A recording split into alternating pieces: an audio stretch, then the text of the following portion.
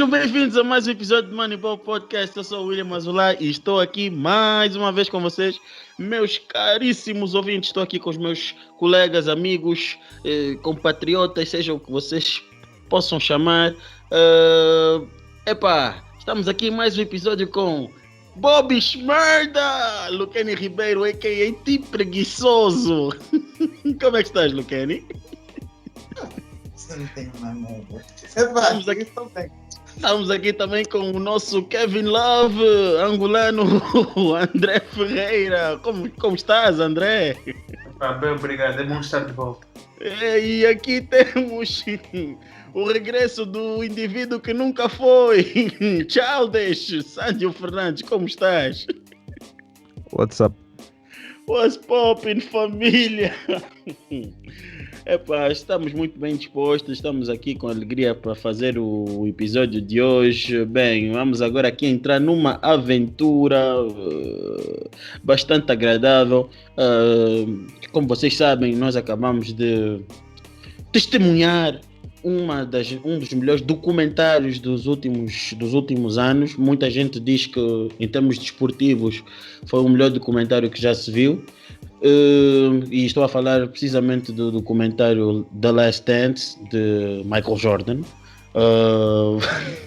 E este documentário foi dividido em 10 episódios, onde cada episódio continha uma hora. E então nós achamos melhor ver tudo, interpretar tudo, resumir tudo e depois apresentar para vocês. Por isso é que nós não fizemos outros episódios, não fizemos episódios mais cedo sobre a série. Vamos entrar agora também na nossa pequena jornada série, né? Da Last Dance, como podemos assim dizer, onde nós vamos, por volta de 3-4 episódios, falar um bocadinho sobre os pontos centrais do documentário. Então hoje nós temos vários assuntos. Hoje vamos começar com assuntos interessantes sobre o documentário, porque nós não podemos passar para a conclusão sem antes termos a nossa introdução, né? Então, antes de mais, eu queria saber, juntamente com vocês, André, Lucani e Sandro, o que é que vocês têm a dizer sobre o documentário e como é que vocês até querem entrar para o tópico de hoje. Eu acho que o Jordan mesmo não era desse planeta. Algumas das coisas que nós vimos, os números que ele fazia, a maneira como ele encarava os desafios era simplesmente diferente do que a maior parte dos jogadores que passa pela NBA. Ok. Lucani, o que é que tens a dizer? Acho que o Lucani tem uma visão completamente diferente nesse aspecto. Não, acho que ele foi inovador, que ajudou muito no basquetebol, não só exatamente para a NBA em termos de lucro, mas também para os fãs. Ele trouxe outra dinâmica no jogo. Antes dele, as pessoas estavam mais habituadas a lidar com postos como melhor jogador, e depois, quando o Michael Jordan entrou na liga, ele mostrou que os guards também podem ser melhores jogadores, e assim como a NBA até tem mais vencido ultimamente. Então, E Sandy, o que é que tens a dizer sobre o documentário? Vejam o Jordan, tão inspirante, meu. Eu vi o documentário e o que eu achei é que, tal como eu disse, o Jordan foi uma inspiração para mim, principalmente nessa altura da quarentena, em que uma pessoa se calhar fica preguiçosa em querer trabalhar, em querer fazer exercício e fazer outras coisas. Mostrar que dedicação leva muito longe, porque o Jordan, apesar do que as pessoas dizerem dele ser bully e coisas do gênero, tal como ele disse, ele nunca mandou ninguém fazer uma coisa que ele também não faz. Se ele está a dizer para trabalhar, para levantar mais pesos, ele também vai levantar mais pesos. Se ele está a dizer para aparecer cedo no practice, ele também vai aparecer cedo. E essa ética de trabalho é uma coisa que é muito impressionante, e dá para ver que o talento leva-te até um certo ponto, mas é o trabalho árduo que te leva a campeonatos. Verdade. E é com essa ética de trabalho que eu gostaria de dizer em direto que o Kenny deveria ter, acordar mais cedo para ser o host. Muito obrigado por essa referência, Sádio. Luceni, que o documentário seja uma fonte de inspiração para ti. Trabalha mais. Dá para ver que não gosta do Jordan. O Luceni é que nem o gosto dele, gosta de dar a bola para os outros, estás a ver? Mas pronto, vamos começar então o episódio 2 para a fase em que no próprio documentário até retrataram que era a transição de Mike para Michael Jordan, que foi basicamente em 1981, na sua chegada à Universidade de North Carolina, e onde ele teve o privilégio de ser treinado, peço desculpa, por Dean Smith, um treinador que foi muito importante para a sua evolução, muito importante para o que ele foi, para o que ele é nos dias de hoje, e para o que ele entregou para o jogo de basquete. E eu queria saber quais eram os vossos takes relativamente a essa parte do documentário sobre a chegada dele à universidade, dos 3 anos que ele lá esteve, o que é que aquilo contribuiu para a sua chegada da NBA e o que é que, de uma escala de 0 a 10, quão importante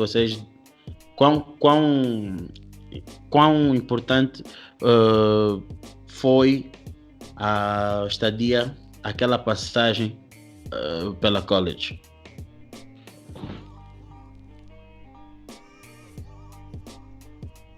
Qual é a tua opinião, William? Tu estás aqui a perguntar-nos o que é que tu achas. Não, tu és um bom brincalhão.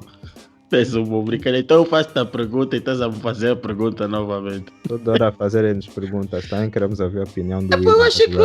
Eu achei que foi coisa, eu achei que foi interessante, porque em 81 ele chegou, ele já tinha o talento cru, né, mas ainda não tinha.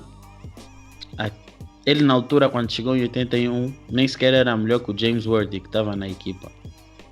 Mas a determinação de Michael Jordan foi o que lhe fez ser aquele fenômeno já na college. Eu lembro-me no comentário em que ele dizia, o James Worthy dizia que havia treinos que o James Worthy fazia individualmente, em que ele já estava mesmo a sair cansado, completamente esgotado, e o Michael Jordan voltava para o ginásio e queria treinar com ele 1 versus 1, 1 contra 1, fazer jogos de 1 contra 1 de formas a melhorar o seu jogo. E o próprio James Worthy disse que o Michael Jordan, num espaço de 4 semanas, conseguiu ficar melhor do que o próprio James Worthy. E estávamos a falar sem termos realmente a ação da época inteira. Então isso só demonstra que foi aquilo, como o Sandro disse na sua opinião do documentário, a vontade que o Jordan tinha em trabalhar. Ele chegou para Dean Smith e disse: não, eu vou ser o jogador que tu alguma vez viste, eu vou ser aquele jogador que mais trabalhou durante a história na história da NCAA. E o Dean Smith obviamente ouviu aquilo e esperou que aquilo acontecesse, e acabou por acontecer. E esse é o meu take relativamente a college. Luceni. Eu acho que disseste está completamente correto. Eu acho que só tenho que adicionar que muitas pessoas já disseram que o Dean Smith era a única pessoa que conseguia travar o Michael Jordan no college, E isso é porque ele também fazia com que o jogo não era só Michael Jordan, era um jogo mais equilibrado. Então ele também tentou ensinar isso ao Michael Jordan mais cedo. Então foi isso também algo muito importante para o Michael Jordan. E o que tu tens a falar? Para ti, quão importante foi aquele game shot dele contra Georgetown? Tipo, para ti, o que é que aquilo traduz? Acho que foi muito importante. Sempre que um atleta tem que acha que é bom, que acha que tem possibilidade de jogar bem e tem um desses momentos, é um boost muito grande, tem muita confiança. Isso melhora a tua, te faz treinar ainda mais, te faz jogar com ainda mais confiança. Todo mundo sabe que quem joga com confiança em basquete tem mais chance de ser melhor jogador, ou de jogar melhor. E André, eu queria até fazer-te essa pergunta. O que é que tu tens a dizer sobre... era justamente sobre esse game shot, que é... Imagina o que é tu, mesmo o Caloiro, numa equipa que partilha os talentos com James Worthy, que na altura era visto como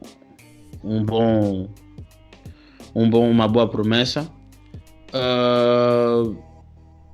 E do nada o treinador dava a luz verde para o Caloiro. Para ti, como é que tu consegues, como é que eu posso dizer, descrever a importância que é para o Caloiro receber, né, essa autorização e não entrar em pânico como muitos poderiam entrar? Eu acho que é, voltando atrás das entrevistas que nós fizemos com os OGs, especialmente o Armando Costa, também que mencionou isso, é que isso vem já também dos treinos, em que os jogadores já sabem, ok, esse jogador é bom durante o jogo todo, mas se calhar chega ao fim do jogo e é mais complicado. James Worthy, que até na NBA teve grandes shots, mas pronto. O Michael Jordan, se calhar, eu acho que todos naquela equipa já deviam sentir a presença dele e sabiam que quando o jogo estava na linha para ganhar tudo, que ele tinha essa capacidade. E acho que foi só um momento em que lhe deram essa confiança e ele conseguiu, porque acho que, se não estou em erro, o James Worthy era o foco da defesa adversária, então foi usado mais ou menos como bait. Exato. E eu queria lançar-vos essa pergunta. Vocês acham que os 3 anos que ele ficou em North Carolina para vocês foram excessivos ou não? Para vocês ele sairia mais cedo ou não? Se calhar saía mais cedo, mas isso depende. Naquela altura as coisas eram mesmo assim. As pessoas estavam mais focadas em fazer todos os anos, e então acho que não dá para lhe culpar por fazer isso. Mas acho que se ele decidisse entrar para o draft no primeiro ano dele, se calhar ia ser drafted, mas se calhar não tão em cima, porque naquela altura se calhar estavam mais habituados a ver mais 2 anos de jogadores do que ver só 1 ano. Ele também disse que ele demorou um pouco a ficar bom no high school, que não entrou na JV ou algo assim, já não me lembro muito bem.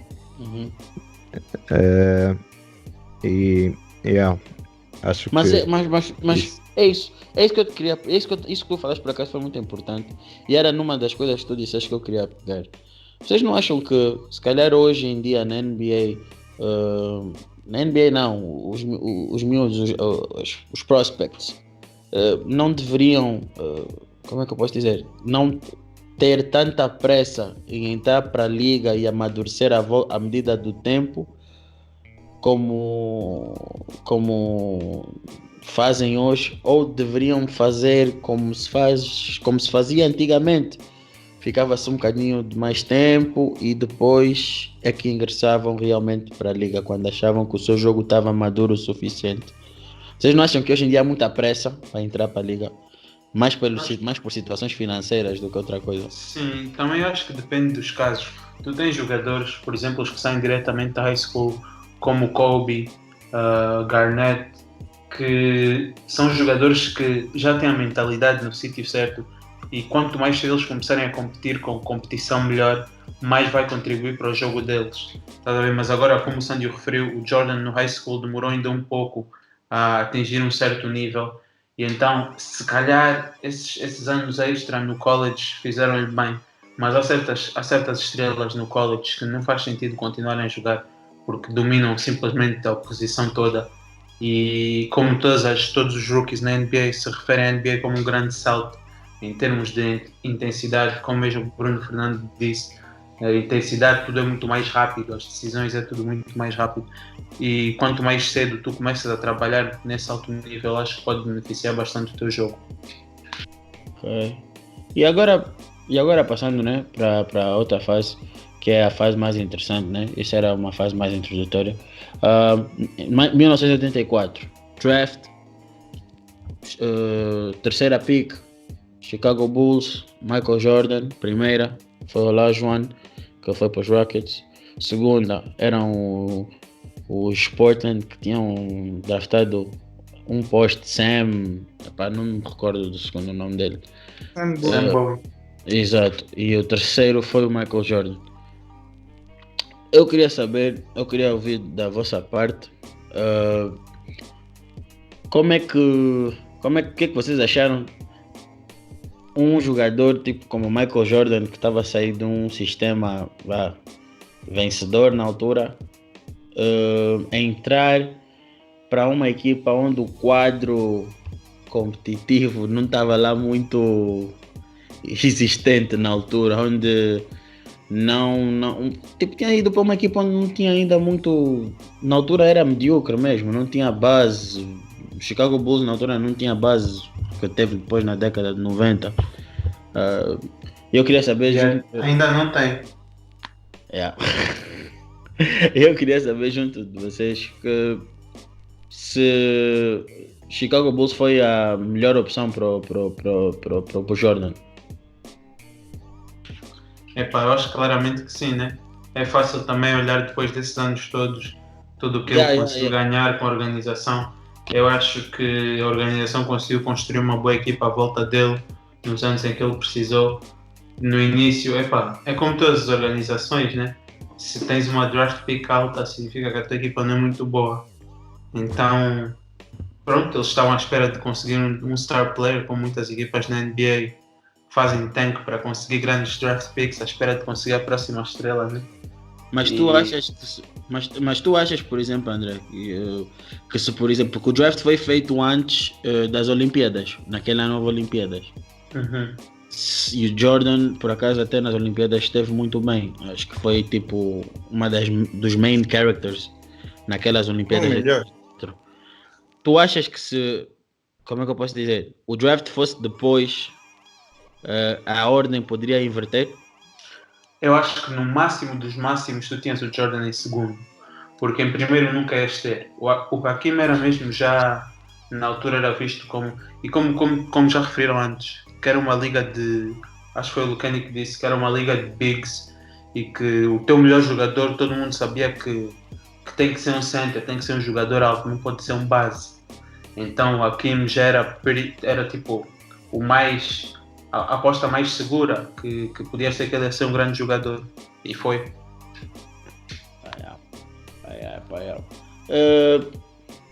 Sandro, agora imagina, Michael Jordan, e essa parte eu estou a fazer-te esta pergunta porque tu por acaso disseste algo importante na tua nota introdutória, que era assim, as pessoas que dizem que o Michael Jordan era bully, acho que não entenderam bem como é que o Michael Jordan ganhou, como é que eu posso dizer, a voz e respeito dentro dos balneários dos Bulls, porque ele chegou em 84, ele não tinha voz, mas naquela época ele já era visto como um dos líderes. O terceiro jogo do Michael Jordan, acho que foi contra os Milwaukee Bucks naquela época, Michael Jordan não era o líder, mas dentro de campo foi o líder. Quando a equipa quis ir abaixo, que já estava embaixo, já não queria mais jogar, Michael Jordan disse que não, vamos jogar até o árbitro apitar e vamos ganhar isso. Então, que eu quero dizer é, se calhar bullying não era o termo correto a usar para o Michael Jordan, porque ele diz no documentário, logo no primeiro episódio, que eu tinha de ter voz no balneário, mas eu sabia que eu não tinha. E eu tinha que ir contra o líder da equipa. E sempre que eu pudesse ir atrás dele, eu iria. Mas como é que eu conseguiria fazer isso? Através do meu jogo. Então, o que eu queria te perguntar é, será que o Jordan, quando teve, né, a liderança do balneário, não quis que os colegas tivessem exatamente essa mesma ética? Então, obviamente, sendo ele um jogador que consegue chegar a um certo nível mais alto do que os outros da equipa e vê que o estilo de jogo dele está a ajudar a equipa a ganhar, então se ele vê, pelo menos quando ele diz que chega aos Bulls, a equipa não leva o jogo a sério e estão mais preocupados com atividades extracurriculares. E então eu acho que quando ele chega à equipa, o objetivo dele é mudar essa visão, porque ele sempre foi um jogador que sempre quis ganhar, sempre quis competir, e ele vê que a equipa não está interessada nisso nesse momento, então óbvio que de certa forma entende-se que ele queira empurrar os seus colegas ao próximo nível. Exato, porque eu não considero bem aquilo bullying. Eu até gostei da forma como ele foi ganhando uma confiança dentro do balneário. Ele chegou e com seu jogo foi demonstrando que poderia ser o líder, que poderia ser uma influência para aquela equipa. Mas a equipa também não era lá muito boa. E também, dado os anos em que nós estávamos, era um bocadinho complicado haver concentração, conforme tu disseste, no mundo de basquete e não em outras atividades. E é sobre essas atividades que eu queria falar um bocado. Quando ele faz a menção do uso de drogas no documentário, o que vos passou logo pela cabeça? Vocês acham que ele devia ter falado sobre aquilo? Não. Acho que foi um pouco desnecessário. Ele tentou dar a imagem que a organização estava num estado muito caótico, ou não estava num estado bom, e que basicamente ele teve que passar por isso e melhorar a organização, mas havia outras maneiras de mostrar isso, e não falando de pessoas que consumiam drogas, coisas assim. André, o que é que achas? Epá, eu acho que aí foi o Jordan um bocado a querer só incriminar os seus colegas e tentar pintar uma imagem de que os colegas de equipa não eram sérios, mas eu acho que isso acontecia em todas as equipas da NBA. Aliás, até o Jordan, mais tarde na carreira dele, também fumava bué, ficava a ir a jogar com os colegas até tarde, como ele próprio admitiu. Por isso, eu acho que isso foi só ele era o rookie e não estava bem incluído no grupo, e foi um bocado choque, estás a ver? Mas acho que foi um bocado exagerado esse ponto no documentário.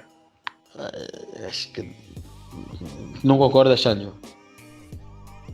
Eu concordo que ele estava a ser um pouco sensacionalista e Epa. se calhar não era necessário dizer isto, mas no fim, e se calhar nem sei se é verdade mesmo, da maneira que ele disse que as coisas aconteciam, mas tu achas mesmo que o Jordan entrou, viu aquilo e saiu? se calhar, se o caso fosse assim, se calhar até fez, mas eu acho que não foi da maneira que ele disse que ficava tipo não sei como é que eu vou dizer, um clube ou algo assim. Acho que não era assim tão mal, mas ele disse, ajudou o documentário a mostrar uma certa imagem. Não digo que foi certo ou não, desde que ele não mencionou nenhum nome, então fica tudo para debate. Quem é que esteve envolvido, se é que alguém teve, então. Se ele disse quase toda a equipa, fogo, é complicado. Imagina que são os filhos desses mesmos jogadores assistirem o documentário e ouvir o Michael Jordan a dizer quase toda a equipa, porque fica tipo sempre aquela dúvida no ar, será que o meu pai mesmo estava aí a passar uma? Epá, quase toda a equipa ao menos dá espaço para um gajo dizer não fui eu, não fui eu. Salvando a sua família. Isso aí já sei. Alguns, eu acho que eu ouvi alguns desses jogadores que estavam na equipa na altura tinham problemas com drogas conhecidos, por isso, Que é complicado. Assim, eu achei que ele não devia ter falado absolutamente nada sobre isso, né? Acho eu, né? Independentemente de ser uma década onde havia um uso frequente de tais substâncias, acho que tu chegares num documentário e atirares os teus colegas por causa disso é um bocadinho mau. Mas pronto. E agora vamos passar para uma parte onde o Luqueni está ansioso. Eu digo-vos mesmo, meus ouvintes, o Luqueni está ansioso para essa parte. Tanto que quando nós estávamos a elaborar o episódio, o Luqueni não podia esquecer de salientar este ponto. Mas pronto, Luqueni, como este ponto é o que tu mais gostas e onde tu queres soltar-te à vontade, vamos passar. Então vamos entrar agora, segundo ano de Michael Jordan. Michael Jordan nos playoffs, se estiver errado corrijam, defrontou o Larry Bird e os seus Celtics e teve a sua dificuldade porque jogou sozinho. Também temos que fazer lembrar que Michael Jordan estava vindo uma lesão no seu pé. Mas Luqueni, vai, o palco é todo teu. Comenta lá sobre este tópico, faz a introdução. Eu sei que tu queres.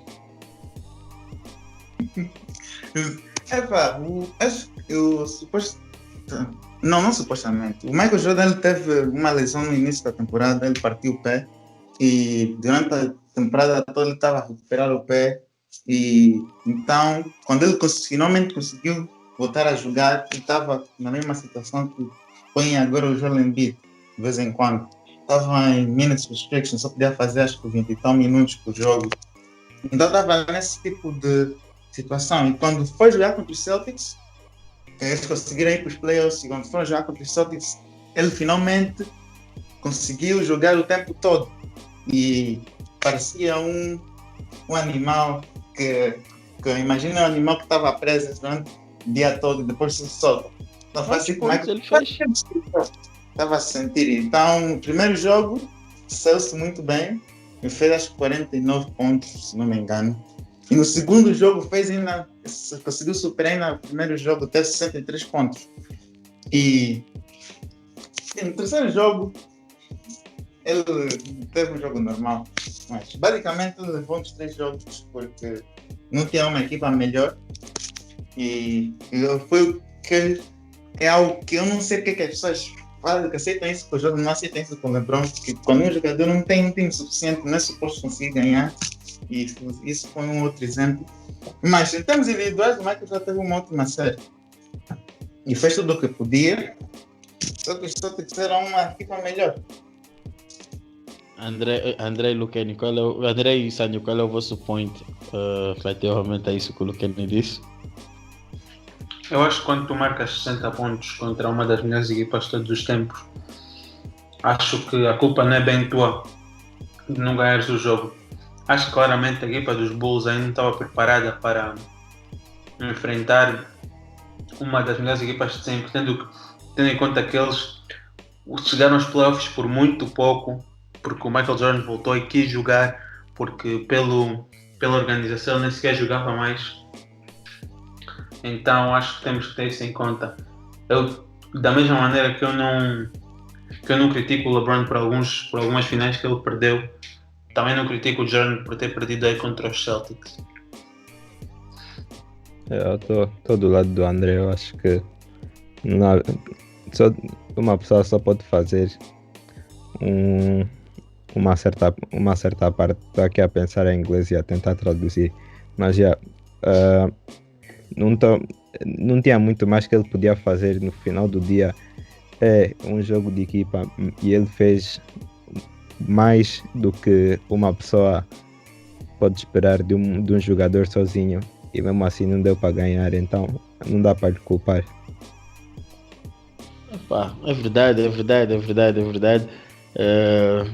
Eu entendo que o Lucani, agora vocês entendem porque que o Lucani estava com muita vontade, porque caso vocês não saibam, o Lucani diz que este documentário só demonstra que devemos olhar mais para o LeBron como o GOAT do que propriamente o Michael Jordan. Mas isso foi uma discussão para outro dia. Se eu vos mostrar o preview do Lucani a gritar, vocês vão dizer o quê? O Lucani de Bruno, posso fazer uma pergunta? Fala assim. Mas então, vamos passar então para outro ponto. E eu queria só, calma, antes de fazer essa passagem, de dizer que, de certa forma, eu concordo com tudo o que vocês disseram, e queria só fazer a conclusão disso, dizendo o seguinte, que eu achei que, apesar dele nunca ter conseguido ganhar o Larry Bird, eles defrontaram-se 6 vezes e o Jordan não ganhou nenhuma única vez. Eu acho que o Larry Bird foi importante para a carreira do Jordan porque testou, como é que eu posso dizer, o limite do Jordan, e também ao mesmo tempo demonstrou ao Jordan e a organização que a equipa estava no bom caminho, simplesmente faltava aquela peça que pudesse conectar-se perfeitamente com Jordan. Acho que os Celtics foram importantes para mim nesse aspecto para a carreira de Michael Jordan. Acabava por ser uma carreira, acabou por ser um jogo muito bem disputado, bem competitivo. Jordan queria jogar, Jordan não deixava nenhuma única oportunidade de playoffs passar. Eu lembro-me que tinha uma situação de confronto entre ele e a direção, em que ele queria jogar, mas a direção não queria deixá-lo jogar por causa da lesão, que o Lucani disse. E foi-lhe colocado a seguinte questão, que se lhe dessem 2 medicamentos e ele tinha que escolher entre o medicamento vermelho e o azul, em que acho que o vermelho, o azul tirava toda a dor durante aquele tempo, e o vermelho, já não uma coisa do gênero. Mas sim, e o vermelho poderia matá-lo. E ele disse que, como é que eu posso dizer, que dependendo da dor de cabeça, ele tomava, ele não queria saber. Mas passando agora para um outro ponto importante, acho que é um dos pontos centrais para o desenvolvimento, caracterização, seja o que podemos falar de Michael Jordan, é nada mais nada menos que os nossos Bad Boy Pistons, uma equipa muito conhecida no final da década de 80, no início da década de 90, porque nós estávamos habituados até então a ver sempre nos spotlights confronto entre os Lakers e os Celtics, e do nada aparecem uns Bad Boy Pistons que durante os seus 3 anos quiseram, como é que eu posso dizer, fazer a sua história na vida de Michael Jordan. E entretanto, durante esse tempo, Michael Jordan também teve o adicionamento de Scottie Pippen, que foi draftado em 87, era a 5ª pick. Os Chicago Bulls conseguiram fazer uma trade para conseguir garantir Scottie Pippen, e eu queria saber, juntamente de vocês, como é que quando vocês falam de Bad Boy Pistons, a rivalidade Bad Boy Pistons e Bulls, o que é que vos vem à cabeça? Eles maltrataram o Jordan. Tanto que o Jordan teve que ir ao gym para tentar ficar forte o suficiente para os enfrentar de novo. Os Bad Boy Pistons eram uma equipa muito boa. Acho que são um bocado underrated no final das coisas. Mas, epá, acho que o Jordan, mesmo esse foi o primeiro, quando os Bulls começaram a jogar melhor e melhor, esse foi o primeiro grande obstáculo do Jordan, na minha opinião. Tá bom, encaixe. Mas tu achas que os Pistons jogavam basquete? Aquilo era basquete? Epá, eles são muito bons jogadores. Sim, claro que também tinha essas coisas todas. Mas muito disso também eram batalhas psicológicas. Que, epá, eles vão te fazer as faltas, vão... Mas tu também tens que ser forte o suficiente para não... Porque se tu começas a lutar com eles, eles já ganharam. Porque se calhar ia acabar por ser um segundo jogador deles, Davi do banco, que começa a lutar com o teu jogador principal, com o Larry Bird ou com o Magic.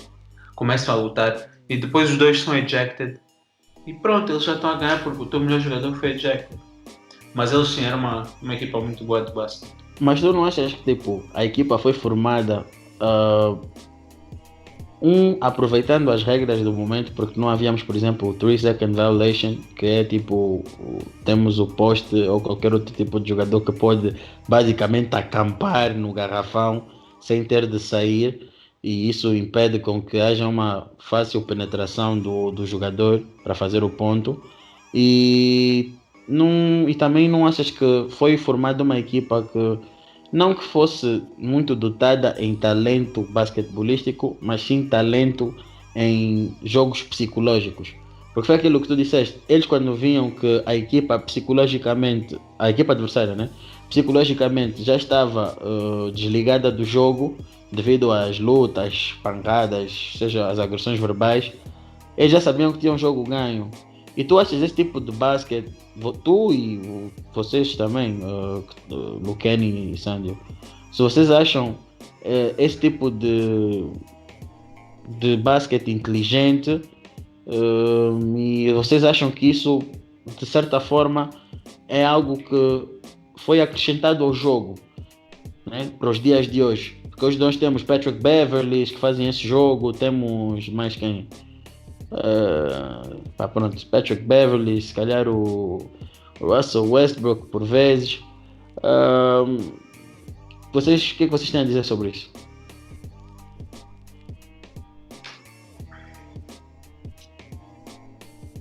Lucani, senhoras primeiro. Senhoras primeiro.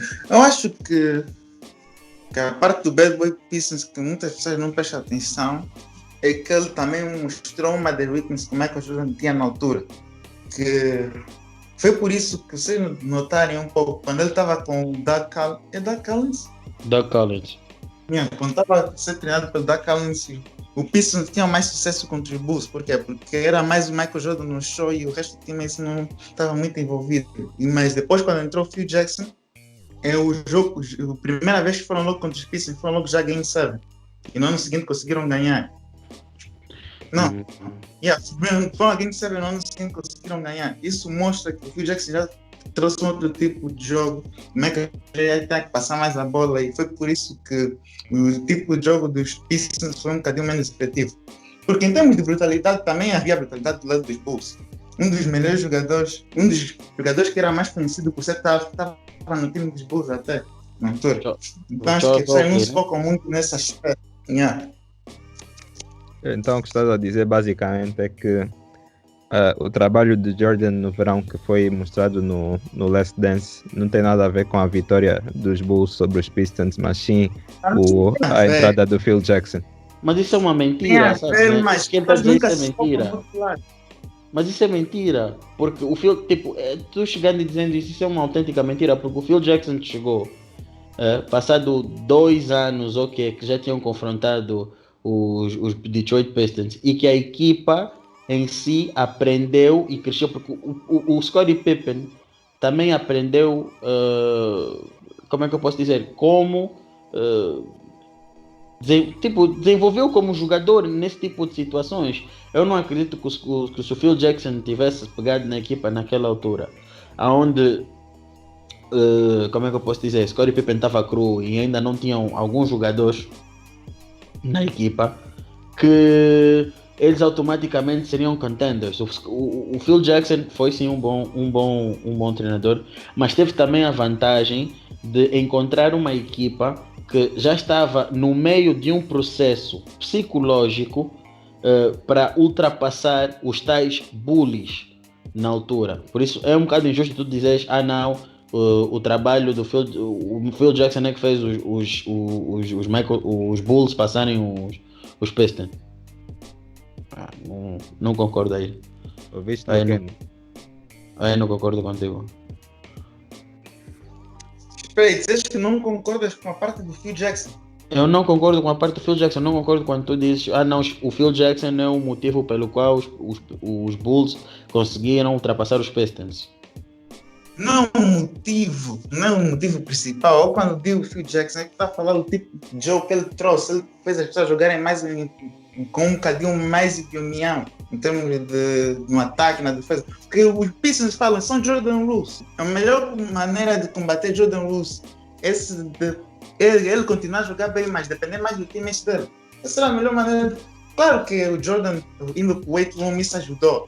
Mas, mesmo ele se fosse pro weight room, se ele não fizesse aquilo com o Phil Jackson, isso de se ele jogar mais em equipa, isso eles provavelmente iam perder de novo, ou não iam ganhar 4-1 quando ganhar. Ia ser mais difícil na hora de ganhar. Mas também Isso era um boost pro Jordan. Eles sabiam como é que o Jordan ia jogar. Mas todos os Jordan ajustar isso. Não, eles iam continuar a perder. Ou iam ganhar, quando ganharam, iam ganhar daquela maneira.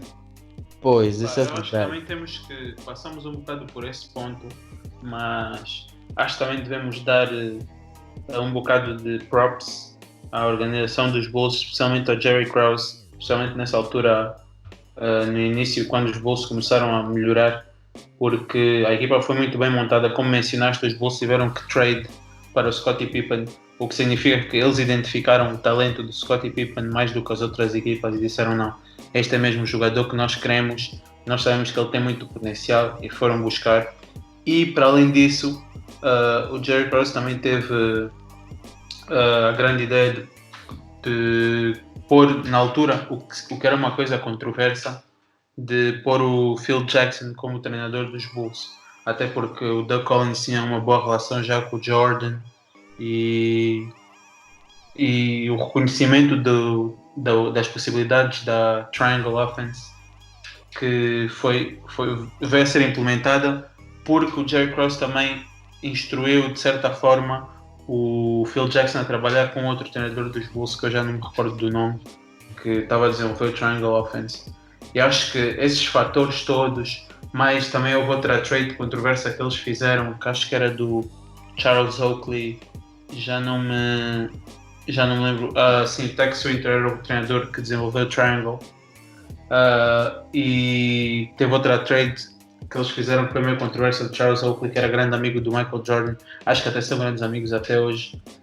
E que na altura não foi tão bem recebida, que trocaram por um outro poste maior, e que isso ajudou bastante os Bulls na altura. Eu acho que esse conjunto todo, mais o Jordan começar a melhorar e como jogador, mais o Pippen também começar a melhorar como jogador, isso tudo é que contribuiu depois para o final que veio-se a tornar os Bulls. Verdade, é isso. Eu concordo com isso. O Luqueni é engraçado que ele está a aproveitar essas partes iniciais para mostrar, e acho que ele faz bem, porque é um ponto diferente que ele aproveita para encontrar uma espécie de falhas nas histórias que foi ouvindo de Michael Jordan, para poder fortalecer o seu argumento, a sua escolha no seu GOAT, embora eu acho que isso é uma luta perdida.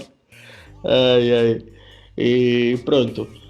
Mas também temos que ver que os Pistons também entraram depois em período de cansaço psicológico, físico, porque é aquilo, né? Normalmente diz-se que ganhar 3 campeonatos seguidos é difícil, porque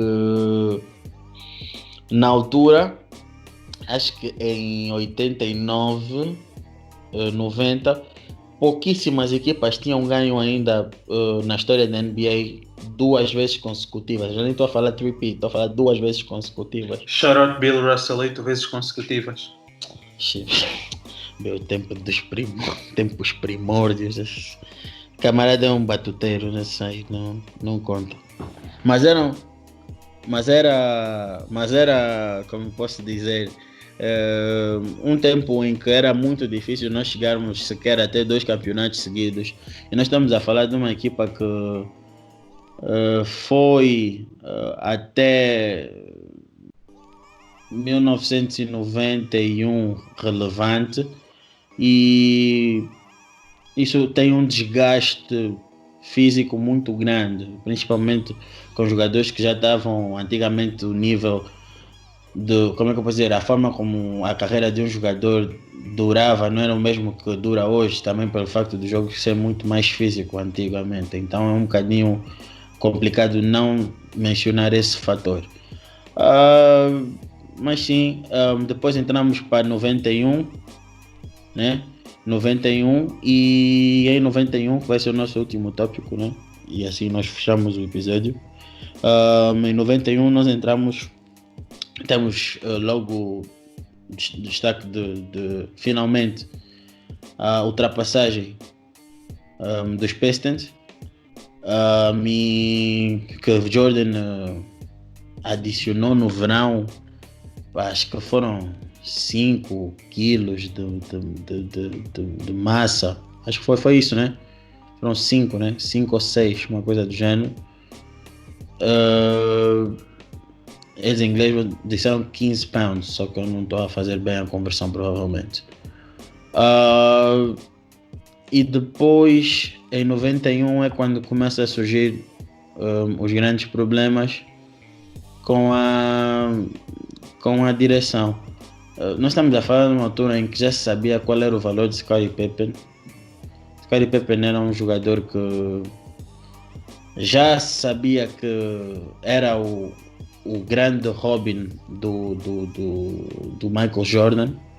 Era um dos jogadores mais importantes na equipa. Era um dos jogadores mais importantes da liga.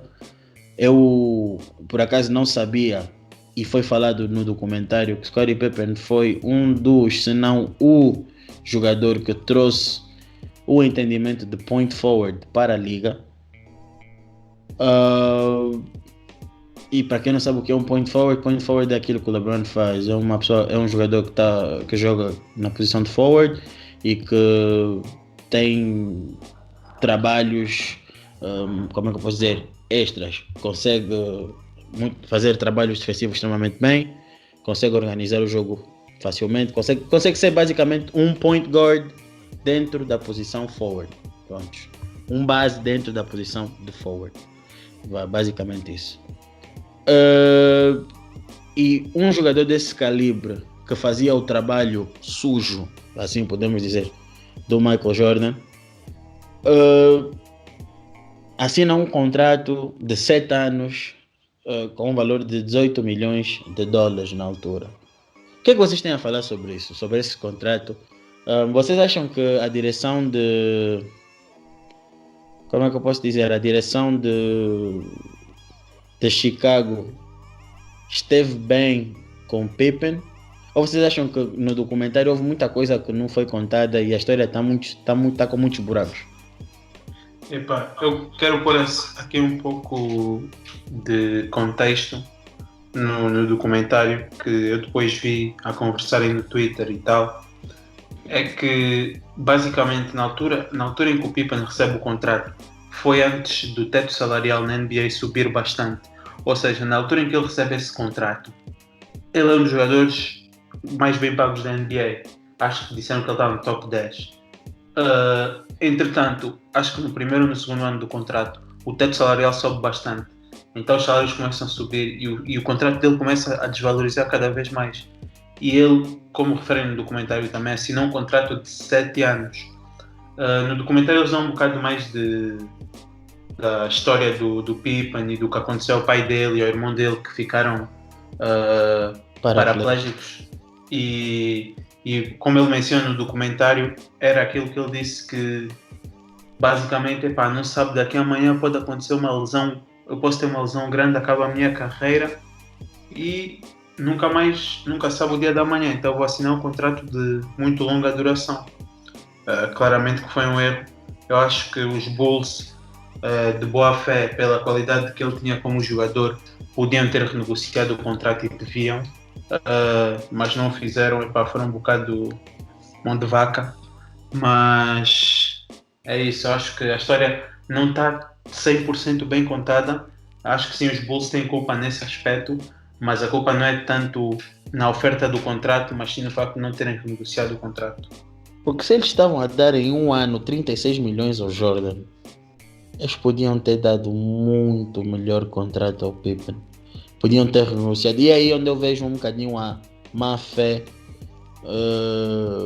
da direção, nomeadamente, como é o nome do vosso presidente do Chicago?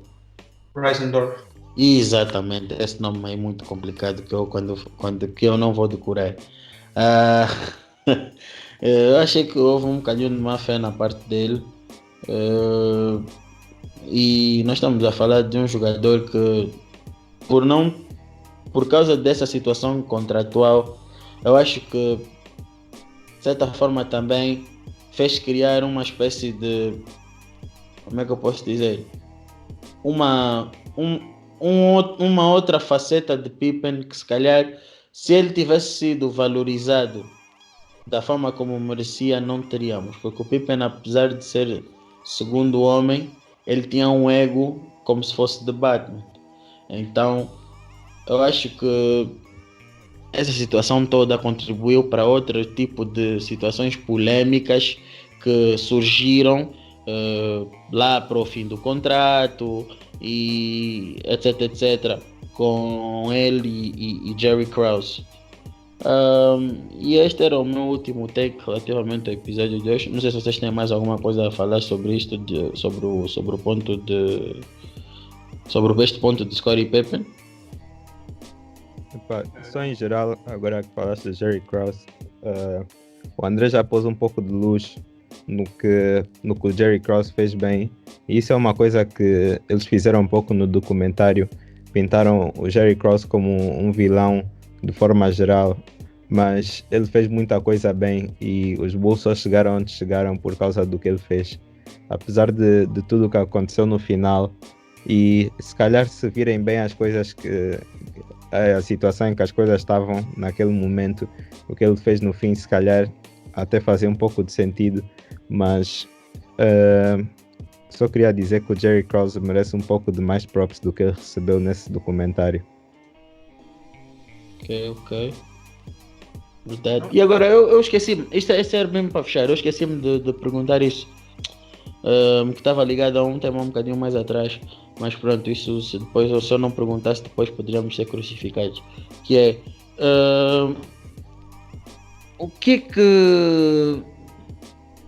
que é que vocês têm a dizer sobre aquela parte do documentário onde finalmente os Bulls conseguem ganhar os Pistons e a equipa dos Pistons sai do jogo sem cumprimentar nenhum jogador dos Bulls. Obviamente uns 2 jogadores, o do Morris e mais uns outros dos Pistons ficaram em campo, mas eu queria saber se aquele era um movimento, aquele era a ação correta, se a justificação que o Isaiah Thomas dá hoje por terem feito aquilo também está certa, porque supostamente ele diz que eles não sentiram que houve um respeito por parte dos Bulls aos Pistons, conforme os Pistons tiveram aos Celtics. Então eu queria saber de vocês, para fechar já o episódio de hoje com essa pergunta, o que é que vocês têm a dizer sobre isso? É raro mesmo, bro. Tu desde que és mais novo aprendes a mostrar respeito aos teus adversários na derrota ou na vitória, e simplesmente quando ages assim significa que és um mau perdedor. Para a outra equipa ganhou bem, só tens que respeitar. Não precisas de tornar amigo, mas pelo menos dar coisa, shake hands e dizer bom jogo, parabéns, e seguir com a tua vida. Agora, esse de nem sequer, nem sequer dar assim uma despedida à equipa, nem nada. Epá, acho que erraram mesmo, pô. Ok. Epá, no meu ponto de vista, no final do dia, isso é uma coisa que só fica mal. Só fica mal para o lado deles, apesar de que eles decidiram que não tinham que cumprimentar a equipa. Isso só fica mal para eles porque eles saem como uns piegas no final do jogo e não ganham nada. Eu acho que não é tão deep, não é assim tão mal como o Jordan fez parecer, mas o Jordan leva tudo a mal, então não dá para levar muito a sério. Eu acho que no final do dia, se calhar, ainda podiam ser amigos. Acho que não é assim tão importante. Acho que só fica mal na equipa perdedora, no meu ponto de vista. Lucani. Epá, eu acho que os dois erraram, porque exato, mas ele não devia ter feito isso. Eu tenho que cumprimentar, tem que ser um bom perdedor. Isso é errado o que ele fez. E ele tentou justificar dizendo que os Celtics também fizeram a mesma coisa com eles, mas não é porque os Celtics fizeram isso que também tem que ser assim. Então nesse lado eles estavam errados e os Bulls também estavam errados. Estavam a criticar os Pistons durante a série. Estavam a falar mal deles, disseram que não mereceram ganhar. Como é que vocês vão falar que um time não merece ganhar? Só porque o estilo de jogo. Eles ganharam times de verdade. E não de verdade, não vou falar de verdade, todos ganharam times de verdade. Eles ganharam times que eram muito bons na altura ainda e eles conseguiram ganhar. Então eles mereceram a vitória. E os Bulls estarem a falar isso. Sim, concordo. Não cumpriram, não tiveram as melhores declarações. Isso eu concordo também. Exatamente. Então, os dois lados erraram. Ok. Eu concordo plenamente com isso que o nosso Bob Schmerda disse. De também salientar que, pronto, que um dos pontos que nós aqui também queríamos deixar bem claros é que Michael Jordan era muito mais do que um scorer, era muito mais do que um jogador onde tu dizias toma a bola, faz o ponto. Michael Jordan também era um excelente defesa, ganhou o DPOY, o Defensive Player of the Year, melhor jogador defensivo da liga em 88 e ganhou o MVP dele também em 88, ou seja, estamos a falar de um jogador que oferecia excelentes serviços tanto na área ofensiva como na área defensiva. E era com isto que nós tínhamos de acabar o nosso episódio de hoje. O Lucani, como vocês deram conta, vai ao longo desta nossa pequena série Moneyball de The Last Dance tentar cheio da imagem do GOAT, mas por isso é que o Sandio está cá, porque o Sandio não vai deixar isto acontecer. Obrigado pela vossa presença, obrigado pelo vosso apoio. Continuem a seguir a cena. Obrigado pelo feedback. Continuem a partilhar as entrevistas, continuem a ouvir. Obrigado, estamos juntos. Até a próxima. Lucani, mais ética de trabalho, e André Corta.